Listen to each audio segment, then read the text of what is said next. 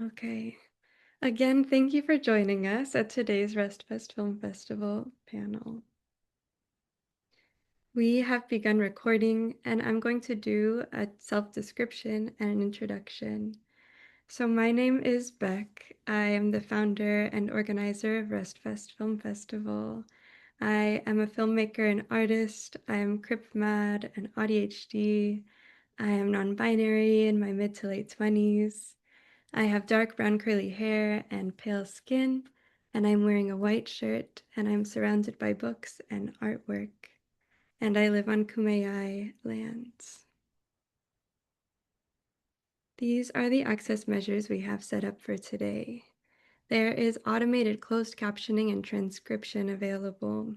To turn that on a computer, at the bottom of your screen, there should be a little CC in a rounded rectangle to turn on captioning. And to turn on transcription, there's a little arrow pointing up in that same box. To see the transcript on mobile, swipe all the way to the right at the bottom of the bar. Click the three dots inside a circle, click Captions and Translations, and click View Transcript. Visual descriptions will be provided by all speakers. Please maximize your comfort, which may mean having your camera on or off, coming late or leaving early, lying down, stimming, wearing comfortable attire, communicating via chat only or not at all, and anything else that will make you feel comfortable, and that applies to these panelists as well. Please try to keep your camera stable to accommodate dizziness. A quiet and low sensory breakout room is available to enter at any time if you'd like to take a break without having to exit the event. Please remain quiet and with video off if you're there. This event is recorded and will be available on YouTube and in our virtual theater. Live access support is available. Please feel free to reach out for assistance with anything at all by speaking aloud, but also by chatting Alexa Dexa. We'll now be taking a group photo, which the panelists are the only ones spotlit, so those are the people who will be in the photo. I'd also like to say thank you for being here again, and I hope you enjoy the festival's programs and would love to see you at more events. Okay, I'm gonna get set up for the photo. Okay, taking our picture in a moment. 1, 2, 3. Beautiful, beautiful people. Thank you. Okay. To get us started, I would love to go around and have each of you do a self-description and a brief introduction of your film and what inspired you to make it. Brittney, would you like to get us started? Yeah, definitely. I can do that. So my name's Brittney Appleby, and I am based on the unceded territories of the Squamish, Musqueam, and Tsleil-Waututh First Nations, otherwise known as Vancouver, Canada.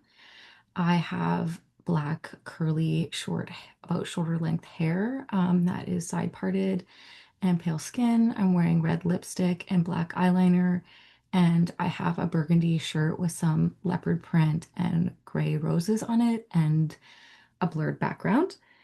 My film is Resting Place. So this film I shot on a 16 millimeter camera, and it is a double exposure film.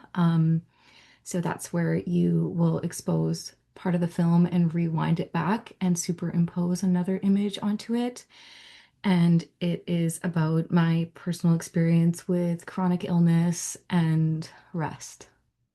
And what inspired me to make it, I was at a residency in the Yukon, and I was thinking a lot about how to capture this experience in a way that is um, healing and also kind of bringing awareness to that experience of chronic illness and how it can be um, limiting at times to have to return to rest quite frequently, but also learning to like honor my body's needs. And yeah, I'm very excited to be here at the festival and in this panel. Thank you.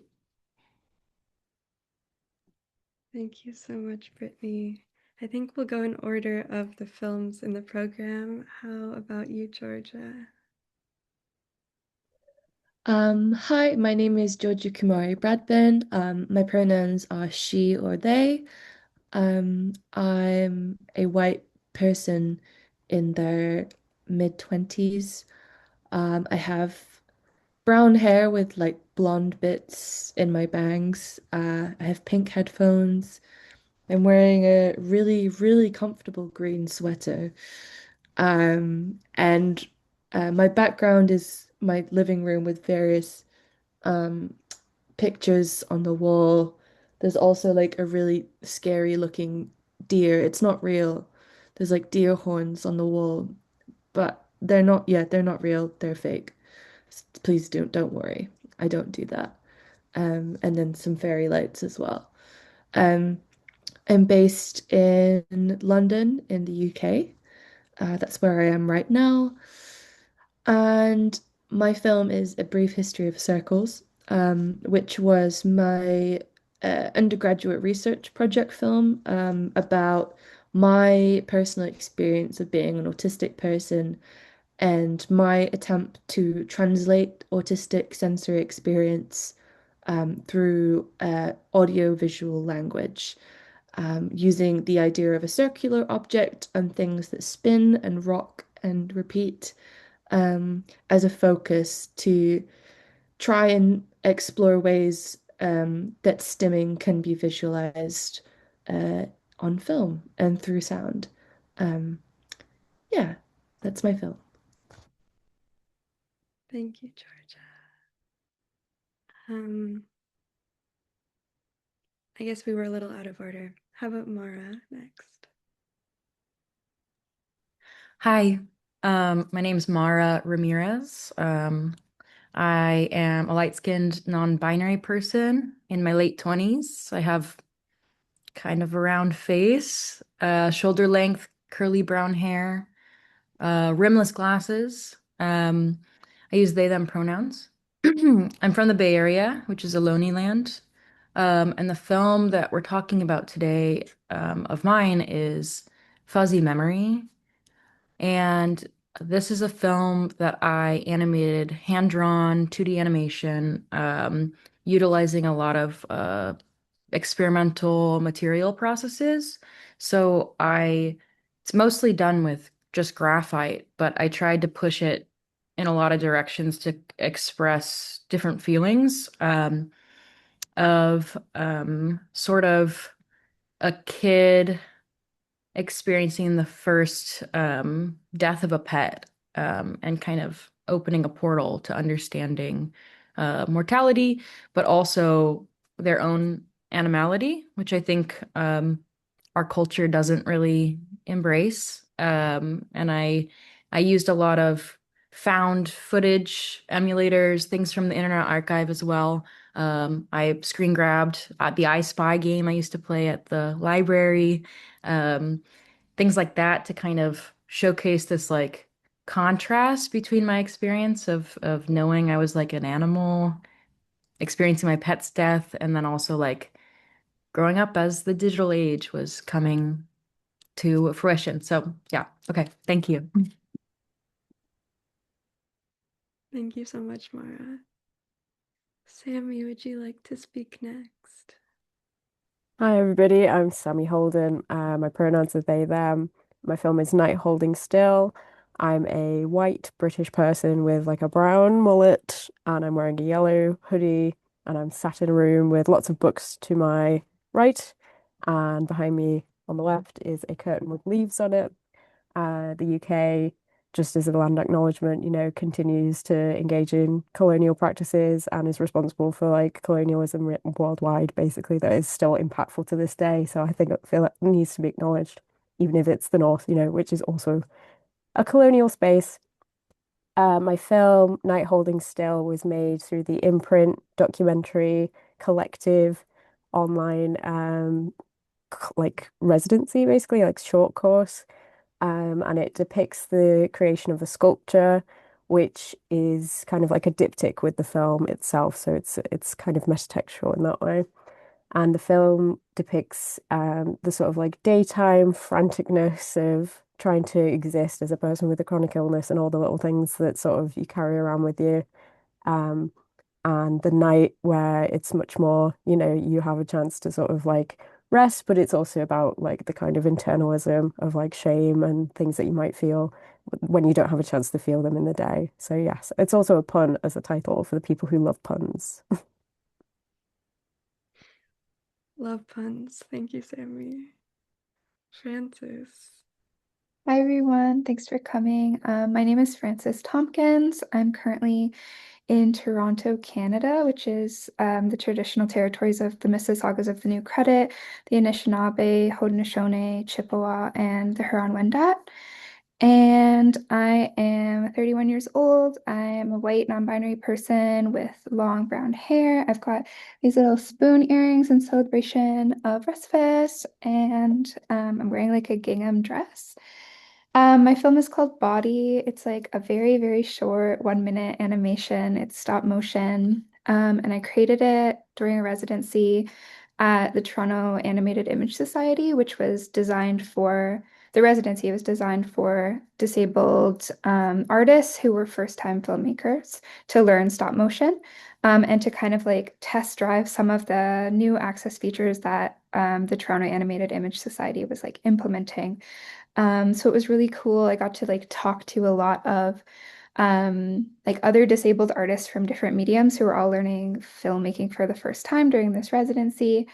And so the film kind of came about as part of a lot of conversations we had about like the assumptions and like ways we were treated based on people like acknowledging us as disabled bodies first and foremost. So yeah, I created this film in kind of response to some of those conversations that we'd had together. Thank you so much, Francis. I think in line with that, I would love to hear about what it means to you to be a CRIP, disabled, neurodivergent, etc. filmmaker and how that impacts your work and your artistic practice. You're welcome to speak as you'd like.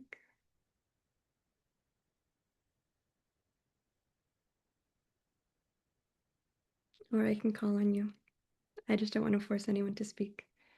We can start again. Brittney, would you like to share?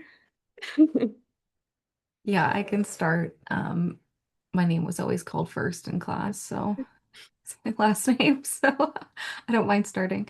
I'm just going to reread the question. Um, yeah, so I think it impacts my practice because I really think a lot about how my physical body is related to analog film and the materiality of that. So I came to analog filmmaking and filmmaking in general kind of by chance.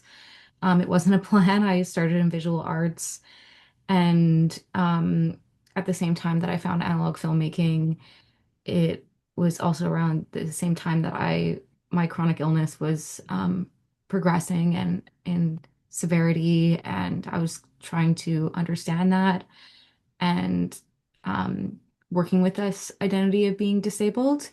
Um, and yeah, I think I see the labor, the invisible labor behind disability and the amount of work that goes into like self-advocating and medical admin and managing symptoms and all these things really lines up for me in terms of the invisible labor that goes into analog filmmaking through like loading the film and processing it by hand. And I've also done work where I'm like manipulating the film too. So I like to think about the film body in relation to the physical body and how both of them age and um, degrade over time.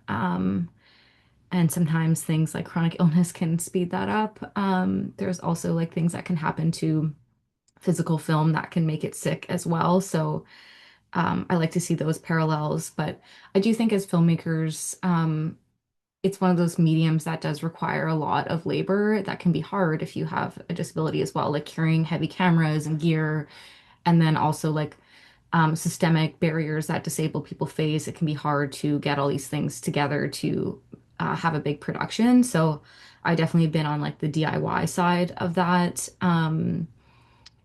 But yeah, I think through my work, I've been uh, working with this idea of disability and chronic illness and healing and trauma a lot more as a way to kind of work with self-acceptance and also, yeah, like disability justice. And I think it's important for disabled voices to be heard and to tell our stories. So, yeah.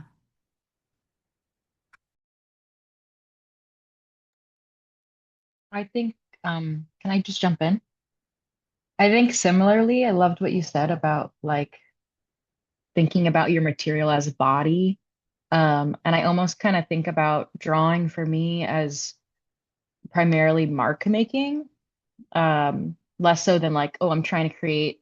I mean, I have an image in mind, but I'm also thinking about the experience in my body when I'm drawing constantly. I think it's impossible for me not to. And so a lot of what I'm doing and the ways that I'm working are in response to how things feel in my body.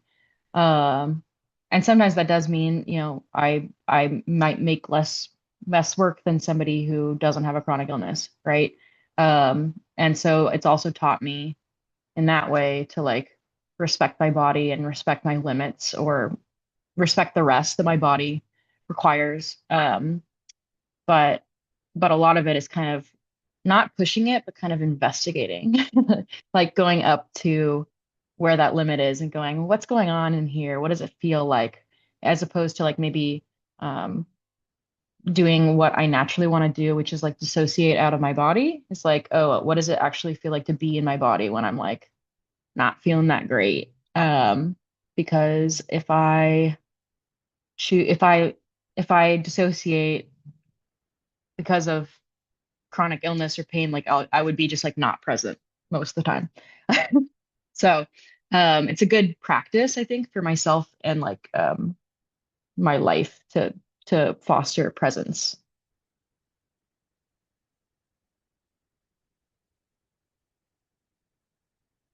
Should we go Georgia and then Sammy? Okay.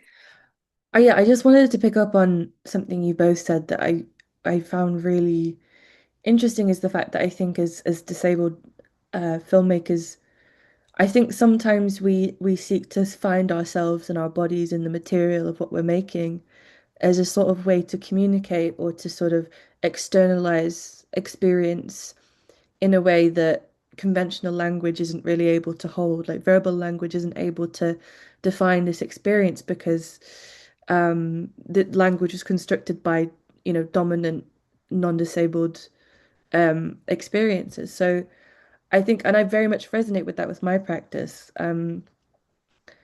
I became a filmmaker, I think, because I had run out of ways to explain to people uh, what I wanted to, not just how I was feeling, but how, just everyday communication that I didn't always have words for, and like pre-articulative communication.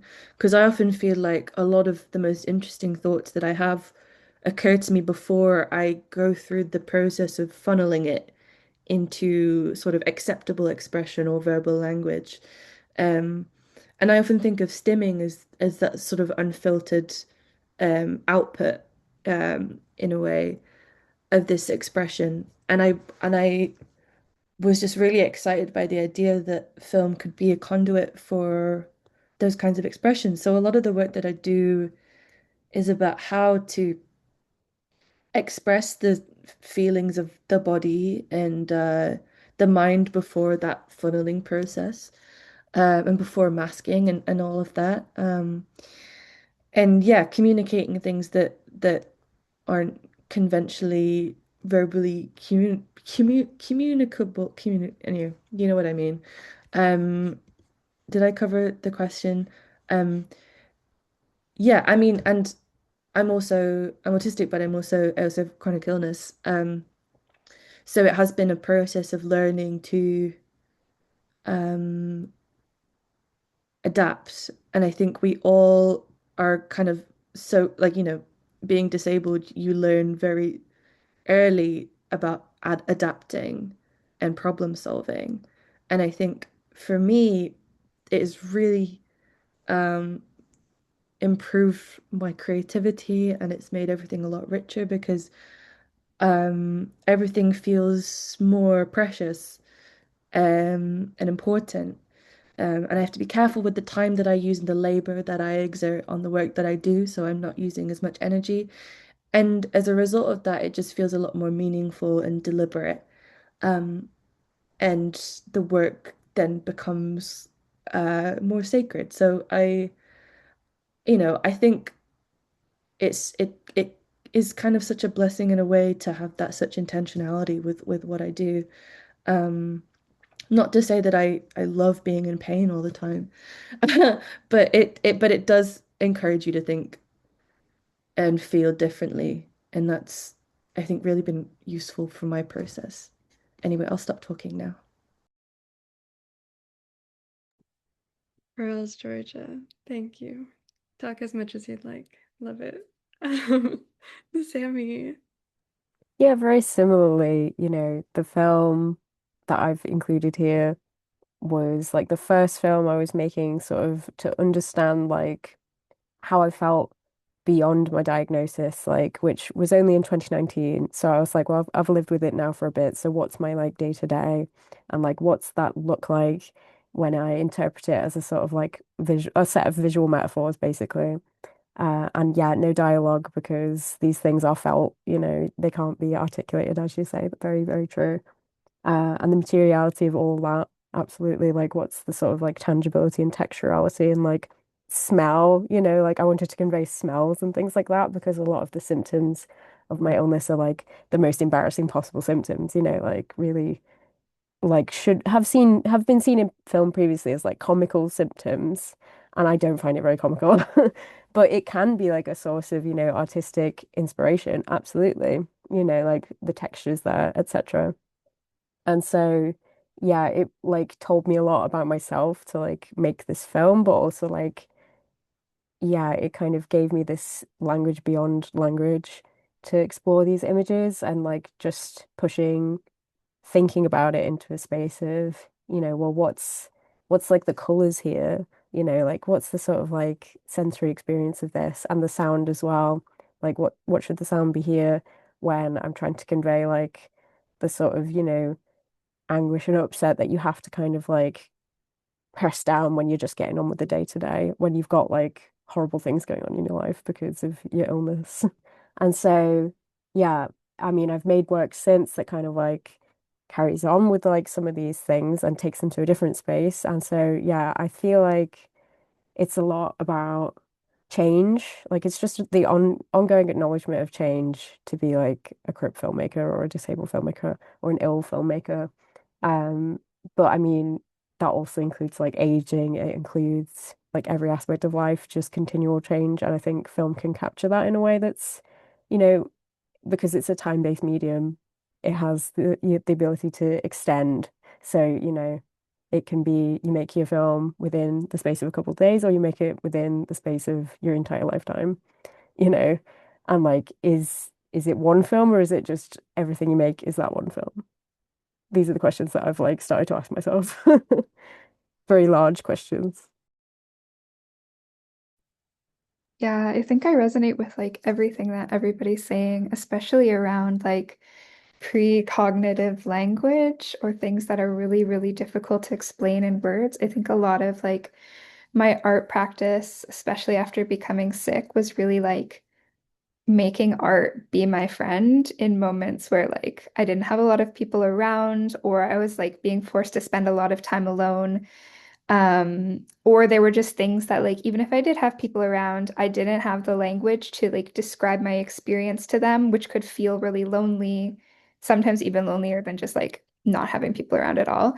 So I think being able to create art and have like a sketchbook practice or like really, really low key things where I could draw for 5 minutes and feel like I'd like expressed something and there was like a record of what was going on in my life, even if no one would ever see it, um, was kind of like the precursor practice to making a film. And like the imagery in the film that I made is very sort of dreamlike and like non-literal.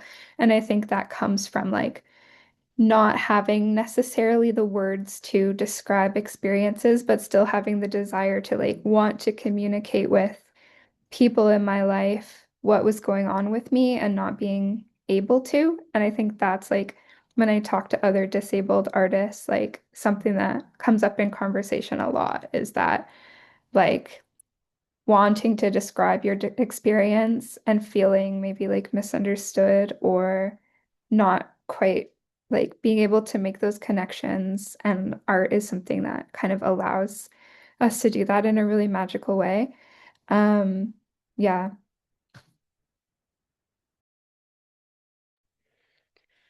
Oh, I love all of these answers. Thank you. I feel there's so much talk of this embodiment and the object of the film, and there's tactility, I think, both in Brittney talking about the process and like Sammy, your film is so sensorially visceral, and I think these things are true here for all of these. I I was thinking about Georgia's your experience as a curator and Sammy your experience in scholarship and academia and seeing film both as the filmmaker and looking at it from the outside. Um, I'd love to hear more about that and how those experiences influence your filmmaking and also your scholarship and curation.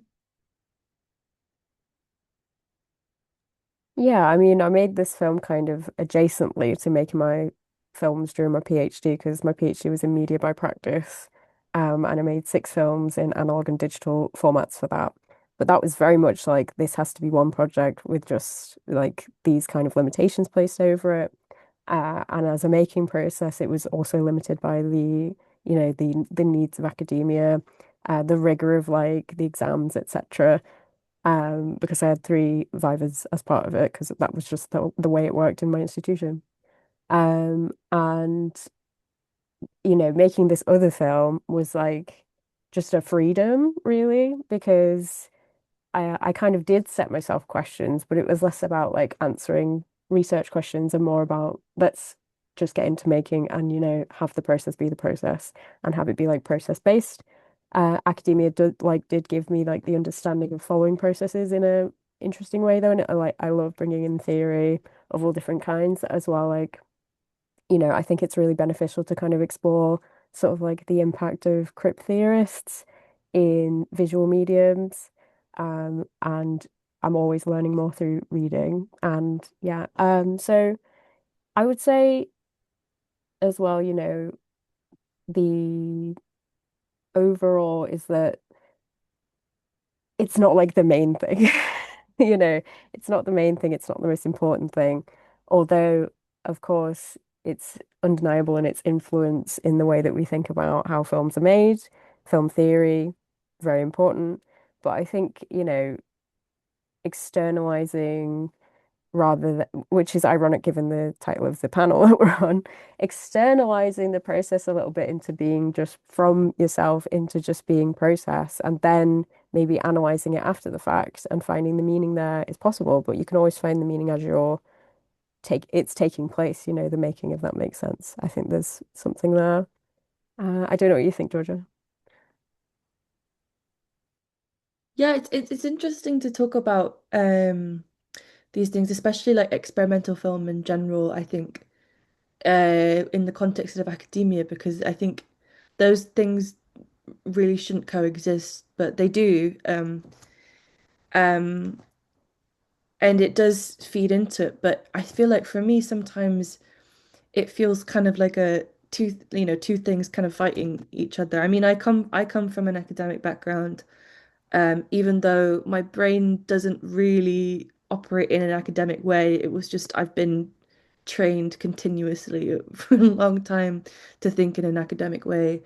And actually, the first film that I really properly worked on came from an academic research project. So, and the film project was about autistic co-creation and alternative ecologies for filmmaking that are more sensory based and that are less sort of um, structured around neurotypical demands and things like that.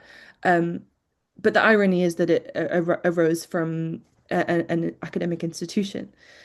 Um, so it is this constant kind of contradiction, I think, because a lot of my work, as a lot of your guys' work is as well, is based on kind of not prioritizing verbal language and decentering that and thinking more about sensory empirical experience over um uh yeah not documented knowledge or academia and things like that and history.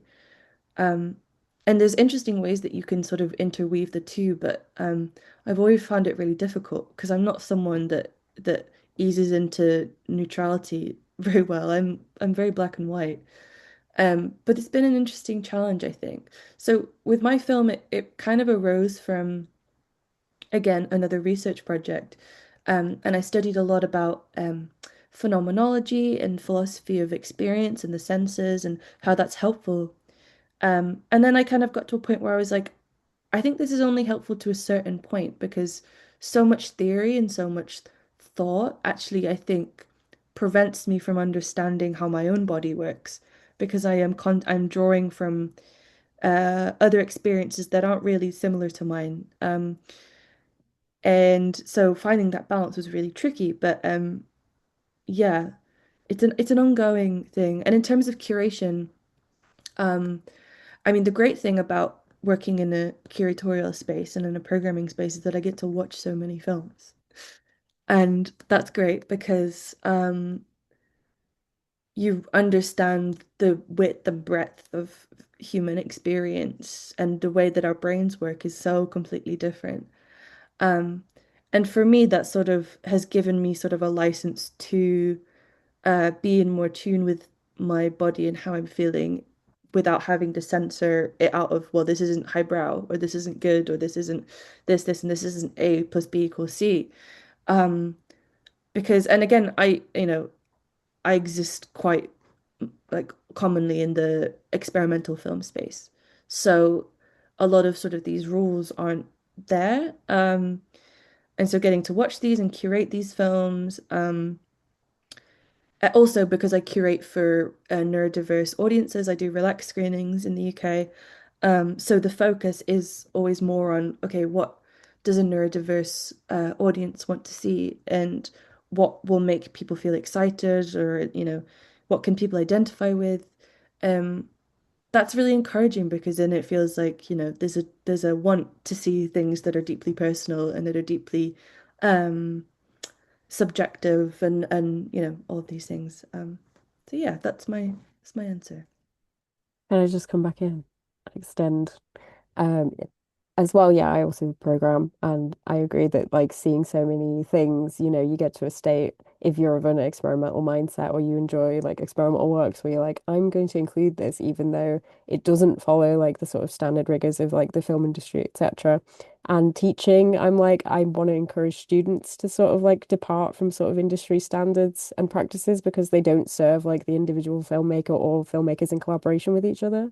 Often they rely on harms and things being repeated. So I'm like, I want to see less of that, you know. And a lot of like, there's kind of a difference in academia between like production academia, practice research, the arts, etc.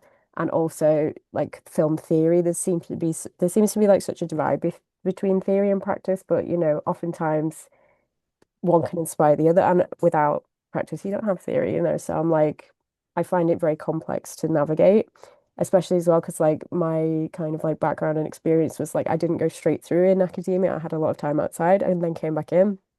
So my headspace is always different. You know, like I'm always thinking kind of in a way of making in an arts sense when, yeah, there's these demands that don't need to be there. So I'm always about like kind of upturning things, but theory can be useful for that because you often need to kind of sort of evidence why you're doing these things. And it's like, well, you know, Stephen Dworkin did it in these films years ago and things like that. So like the work of people before us that is, you know, impactful and remains impactful for a reason. And I'm like, yeah, I mean, my film starts with a quote from an artist, so it's there, it's there.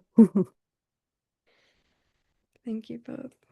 As a disabled artist curator, also curating for a mostly crip audience, it's really special to hear from you both.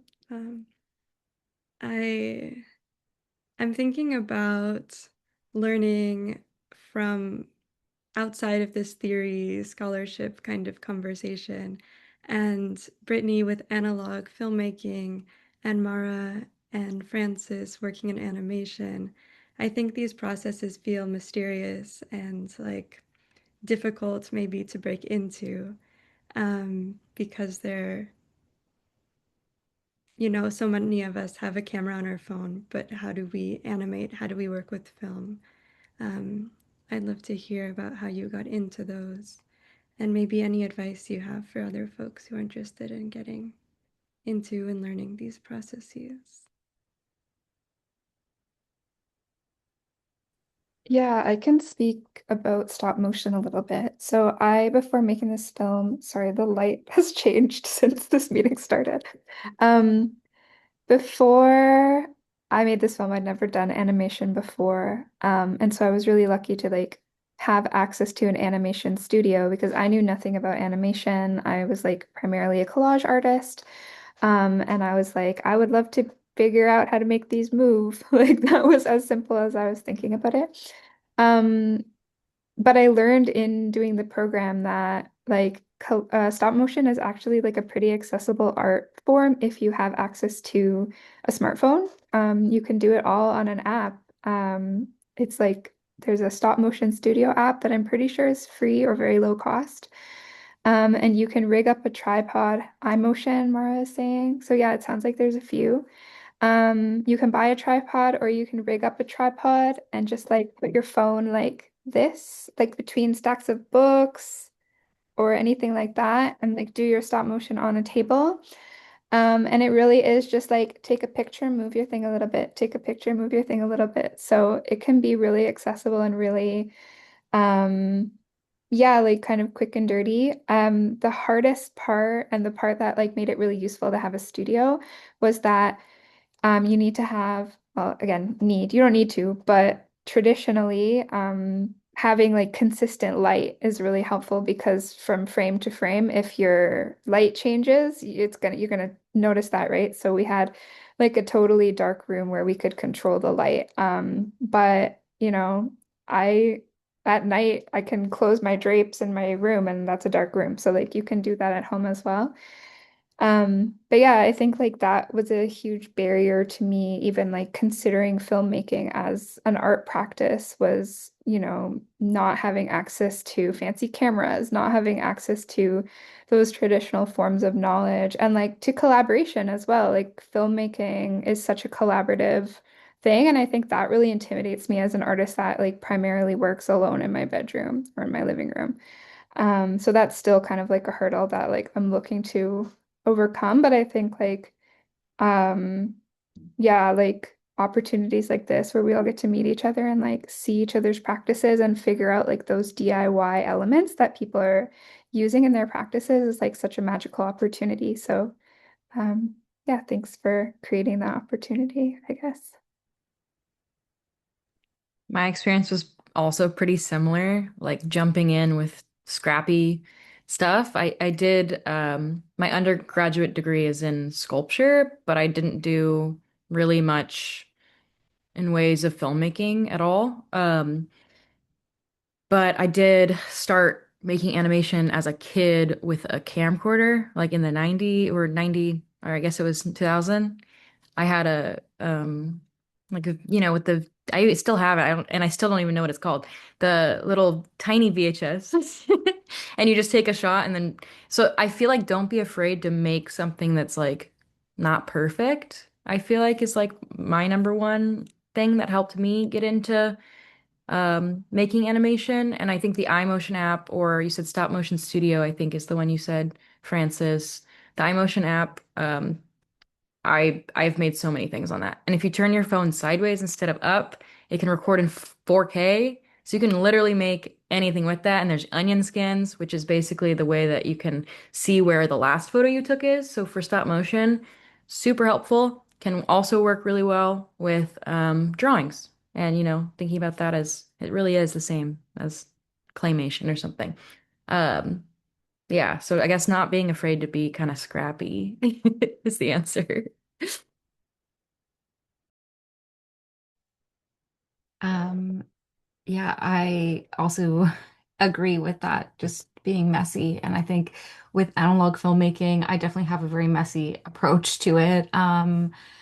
I did my post-secondary education in visual arts, so I started as like a drawer and a painter. And I did film photography in high school, and I always really loved that. And when I went to art school, I was doing a lot of printmaking because it was a very similar process, and I really love like process heavy things.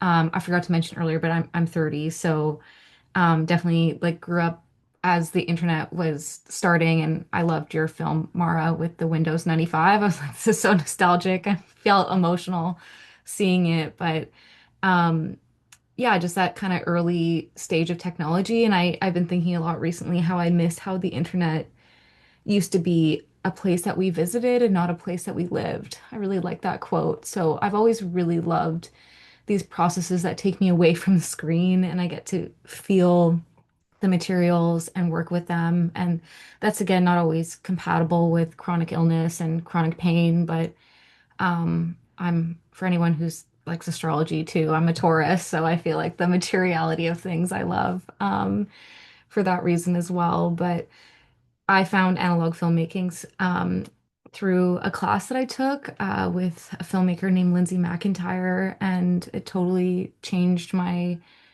career path. And I fell so in love with it, and I've revisited analog photography, and it's something that I feel really passionately about sharing information about and giving back to community because there's so much gatekeeping and inaccessibility, and those mediums are and have been facing obsolescence.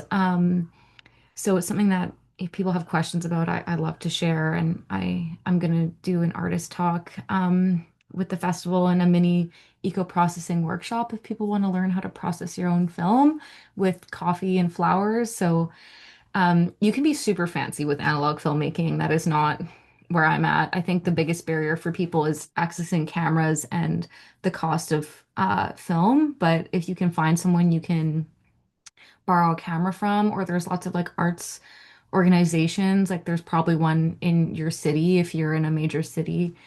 You can rent a camera or maybe do a residency and then buy some cheap print film. Um, and then brew your own developer.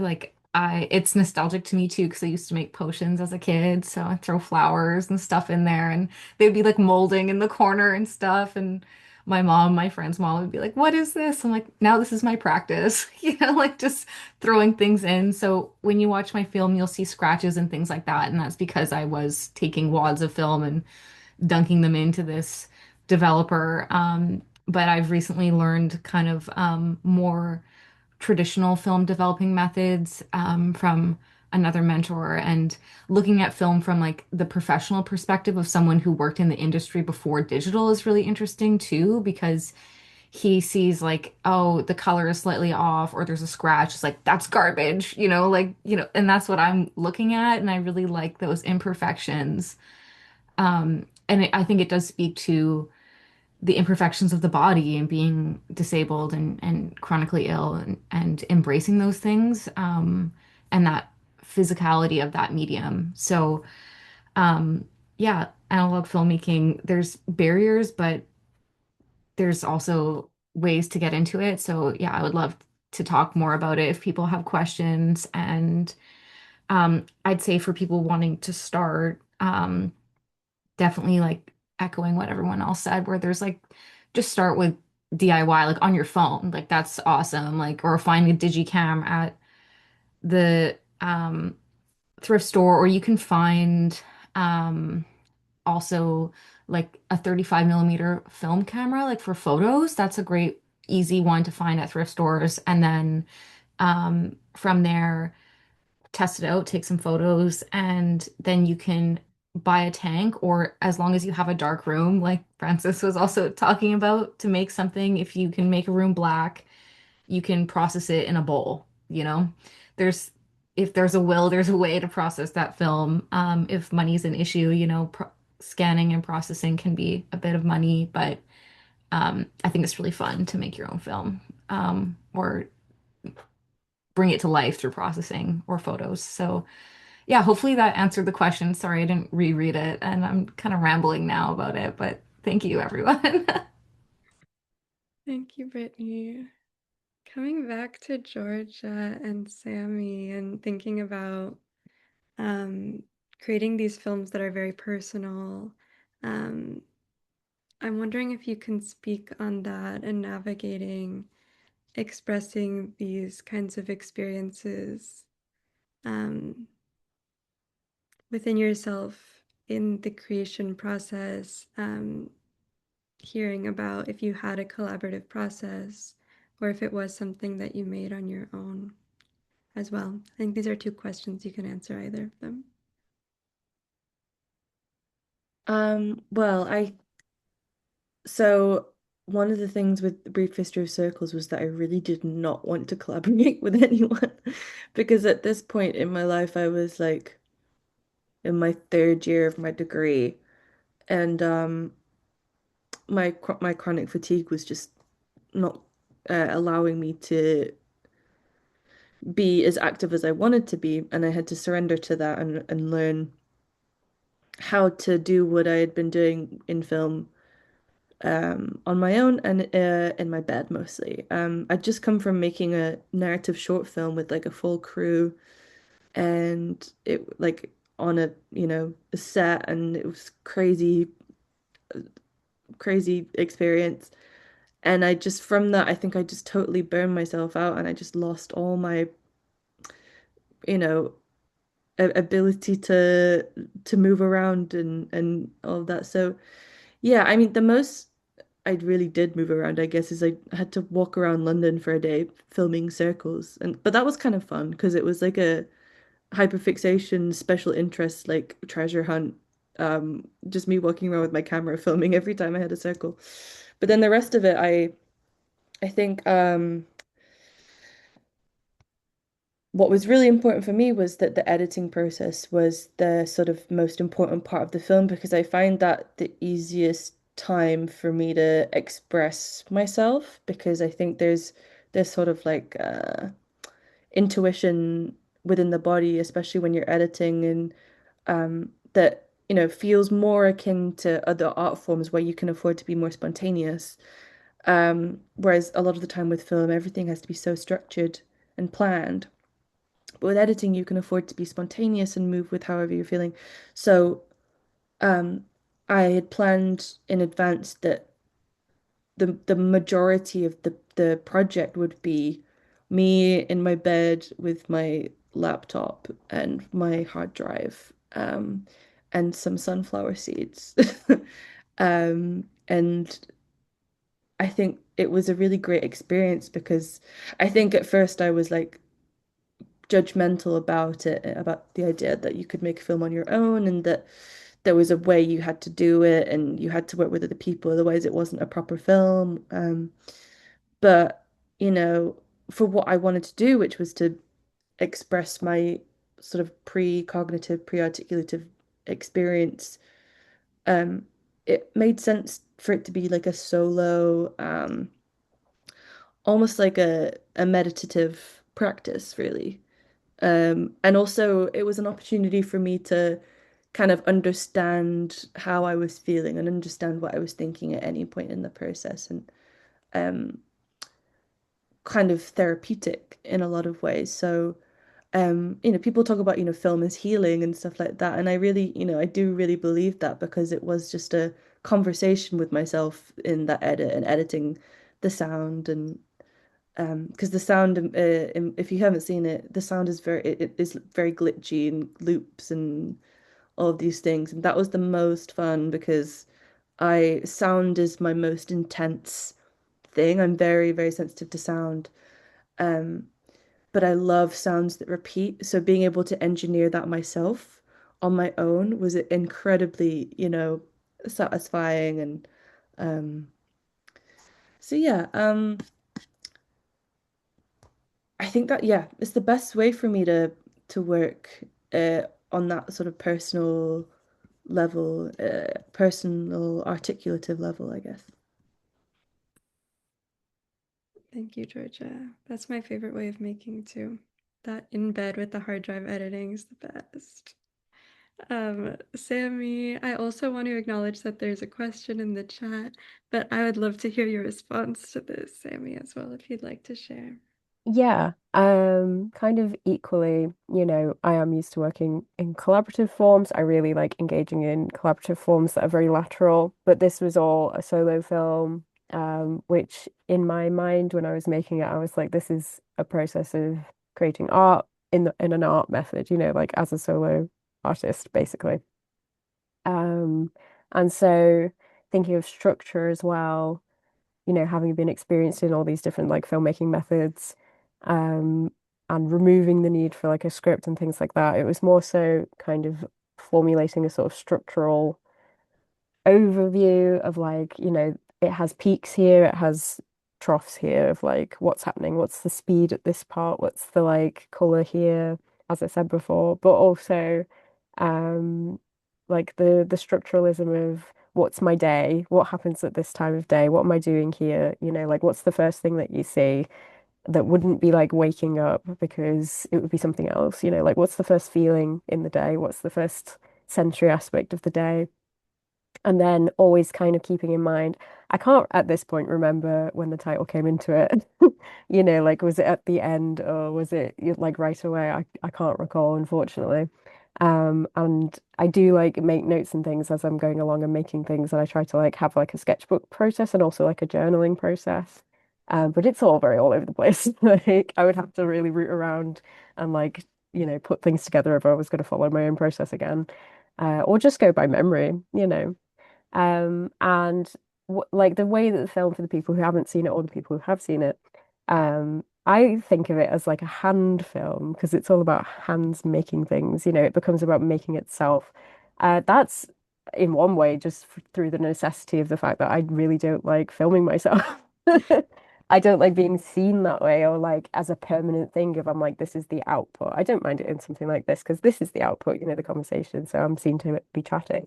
But in a film where it's like, well, it's going to be about these things, I'm like, well, I don't want to be seen. But my hands, like my hands are part of like the symptoms I've got. Like they are showing symptoms. Like I've got like very bad eczema, and that's part of like, who I am and like what I wanted to convey, like the feeling of like that and sensory hands, this all adds up as well.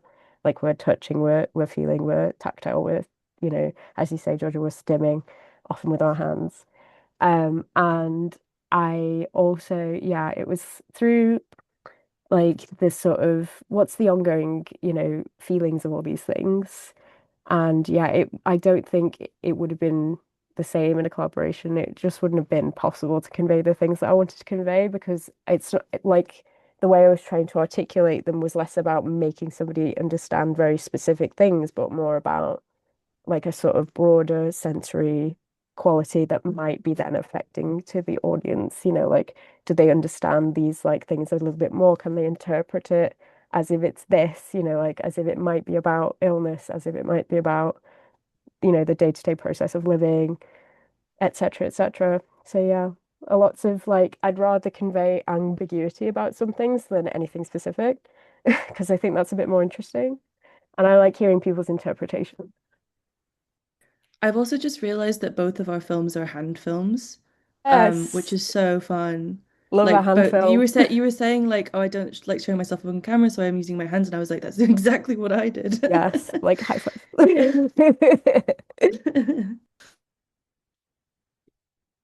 Amazing. Oh, there's so much in hands, and DIY way of making is such a, it feels so crip. It feels like such a crip filmmaking process. Because Um, it's a point of view as well. If you're like, here's some hands, and you see like the butt basically on the other side of the camera, that's a point of view. So yeah. yeah, it's such an embodied way of filmmaking. We're reaching the end. I want to give space for one of the questions. I also understand if some folks need to head out. I see one question in the chat that I'll read aloud. How do you feel about the balance of being protective of your process, practice, and niche, especially if you need your creative practice to live financially, and sharing your knowledge with others in and outside of the disability or the disabled community? I might be the wrong person to answer this because I'm a teacher, so I feel none. But I think also the perspective um of my experience of sharing and then seeing what comes of that is really interesting because I truly believe that no person will ever make what you make because it has to go through your body, it comes through your brain, out through your hands, and I think that you could teach someone your exactly how to make exactly what you made and it'll come out completely different, even if they're trying to make it the same. So I personally feel none. No protective measures. Yeah, I agree 100%. Like, I think I was thinking that as well, where it's like you can teach someone exact same technique, exact same method, and everyone will always make something different because you have a different perspective on things and a different lived experience. And even if you have a similar lived experience, people like create things differently. And obviously, there's issues of plagiarization, but that's totally different than sharing. And I think it can be hard when there's like niche techniques, but I also think it's really beautiful to share those things and to see what other people make. And yeah, I think teaching is so important and sharing is really important. So I understand where those feelings can come from, but yeah, I love to share and I think it's important to understand that like no matter what, no one's gonna do what you're doing because you're the only you.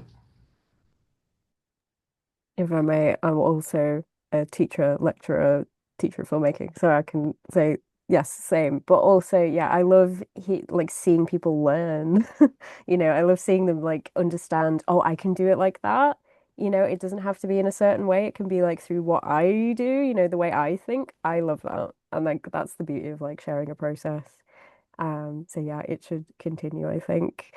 Even up against like these kind of extractive processes that kind of, they diminish the sort of value and meaning of some of these things. But I'm like the meaning is always there if it's with intention and care and, you know, love.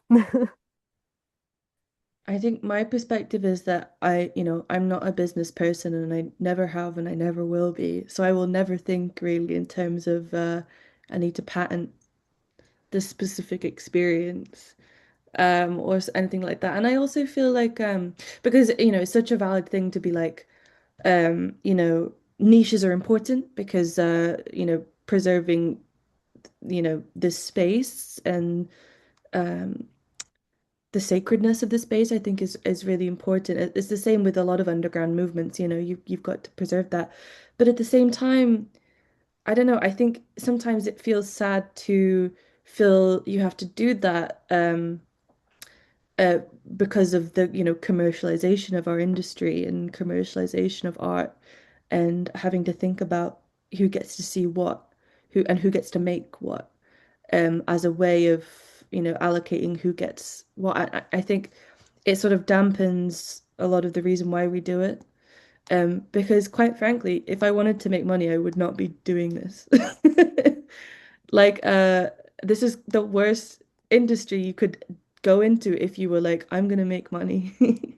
So I've already made this decision. So I'm like, I'm not gonna start thinking about it. I've already dug my grave. So yeah. That's what I think.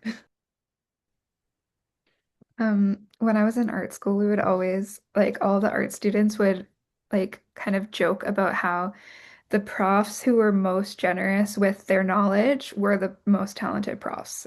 And the profs who were kind of stingy and, like, you could tell they were holding things back, we were like, oh, they're the people who are, like, nervous about their students graduating and, like, taking their job immediately. You know what I mean? So I think, like, if you're good, you don't have to fear. That was kind of like the sentiment. And also, like, if it's like a financial worry too, like, I think a lot of artists teach and do workshops and like facilitate for that reason because they're like, this is something that can help me fund my practice and I can like be giving back to the community. Because like the people who like don't have access to that knowledge are the people that I want to have that knowledge, and those are the artists that like I want to see them make work. Like I don't really want to see art by like, I don't know, millionaires who like have all the access in the world. Like I don't care about their art. It's going to be super boring. I want to see art by like people who don't have those pieces of access, and like if I can help them in any way as an artist to get that access, like then I get to see, it's like self-serving in a way, like I get to see the art I want to see in the world. I love that. I feel like educating and sharing knowledge is this sacred form of collaboration in its own way too. Oh, so nice. We reached the end of our panel. I know this has been so fun. I want to, oh, I see. Alexa put in the chat links to all festival things. If you haven't had a chance to watch these beautiful films, highly recommend checking them out, of course. And if you have, it's probably nice to rewatch now that we've chatted and you've had the chance to meet these wonderful people. There are lots of events coming up. Many of these folks are facilitating events. Brittney's having an artist talk, like they mentioned, and Georgia as well. These artist talks slash workshops, and Francis is hosting a zine reflecting on the festival kind of gathering. And Sammy is part of a conversation on trans genre and filmmaking. And we'll see Mara again at another panel because they have another film in the Reverberation slash Held program. So lots more folks to see each other and engage, and 4 more film programs to watch. So Appreciate you, lovely. Bec. Appreciate you. Thanks, everyone. Thanks, Beck. It was amazing. Thank Thank you. Thank you so much. Thanks, everyone.